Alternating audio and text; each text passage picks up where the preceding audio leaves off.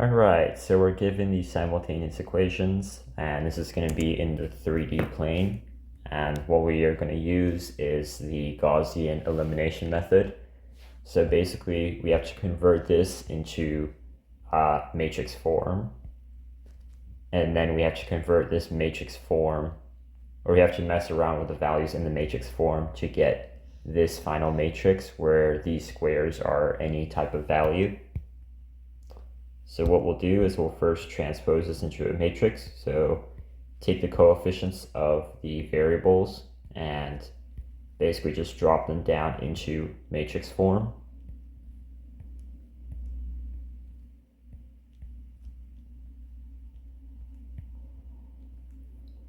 And then from here, so we have row 1, row 2, and row 3.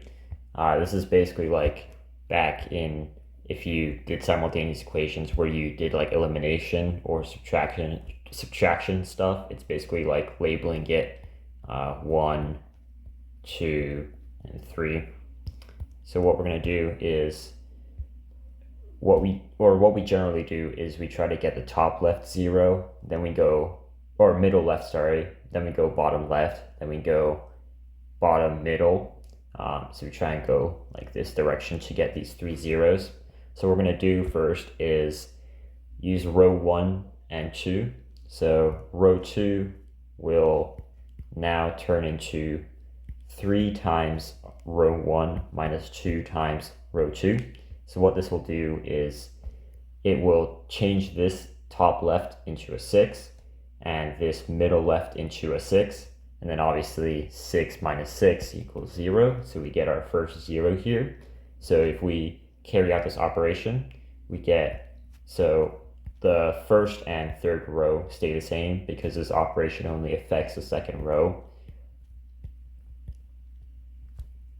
And then for the second row, so we first do 6 minus 6 is 0.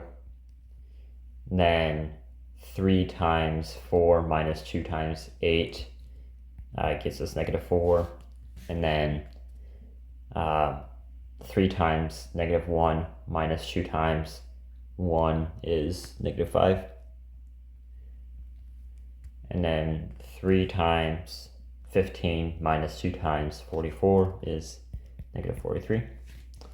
And I won't go into depth with every single calculation that we do. So kind of just assume when I write down the values, we're just going through the expression that I form. And so now we have a 0 here. Now we need to get a 0 here. So what we'll do is we'll take row 3 and turn that into row 1 minus 2 times row 3. So again, what this will do is we have 2 at row 1, so we'll take the left side here, minus 2 times 1, which just equals 0. So we'll get a 0 in this bottom left position. So I'll go ahead and write out the new matrix. So we get 2, 4, -1, 15, 0, -4, -5, -43. So those 2 rows stay the same. And then the third row is when we start doing the operations. And these operations are actually super nice, or this matrix in general, because we get both zeros at once. But if you were to get, I don't know, say -2 here, what you do is you use row 2 and row 3. So you take away some factor of row 2 from some factor of row 3 to get the 0 there. But we don't have to worry about that because the matrix is in really nice form. So now we have these. So now we have to deal with these diagonals and turn them into ones. So again, this is a super inefficient method, but this is just going into depth with every step. What I'll do is I'll do row 1 equals row 1 over 2, because I'll just turn this into 1, that into 2, and so on and so forth. Then for row 2, I'll do row 2 over -4, because that will turn that into a +1. And then the same thing for row 3 divided by -5. That will turn that into a positive 1. And so if we carry out that operation, we get 1, 2, -½ and then 15/2, and then 0, 1, 0, 0, 1, 5/4, 43/4, and 3. That was a horrible 3. I shall rewrite that. And now, if we go back up to our form that we want to get, we can see that we indeed do have these 3 zeros on the bottom left, and then the diagonal ones, and then any value on this kind of top right section. So, like how we transformed it into a matrix, we can transform it out with a matrix by basically doing z plus 2y minus ½ z, or x, sorry, not z, equals 15/2. Remember, these are just the coefficients of the terms, and then 0 times z is 0, so it's not going to be there. That's just y plus 5/4 z. Sorry, what am I doing? That was meant to be ½ z, not 1/x z. And that will equal 43/4.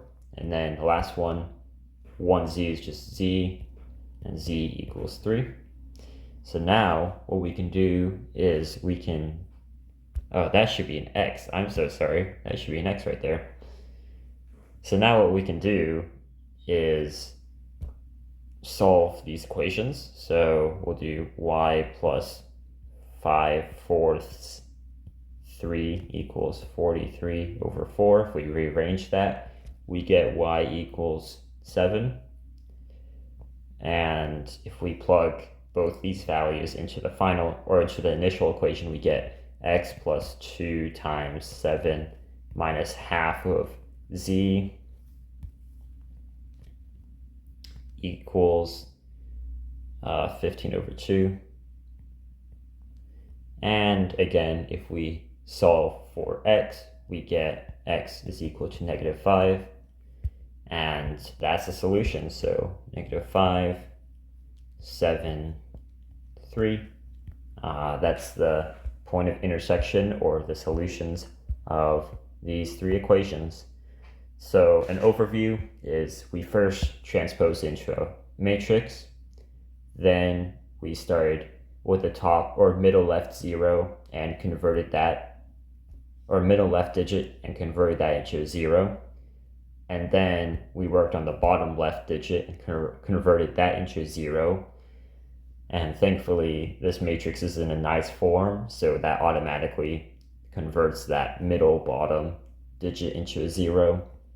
And then from there, we just divided all these rows by the digits that we want to get to 1. And from there, we literally just solved the equations to get our final solution. And you can check that with a calculator if you want. But that's the final solution. So hope that helped.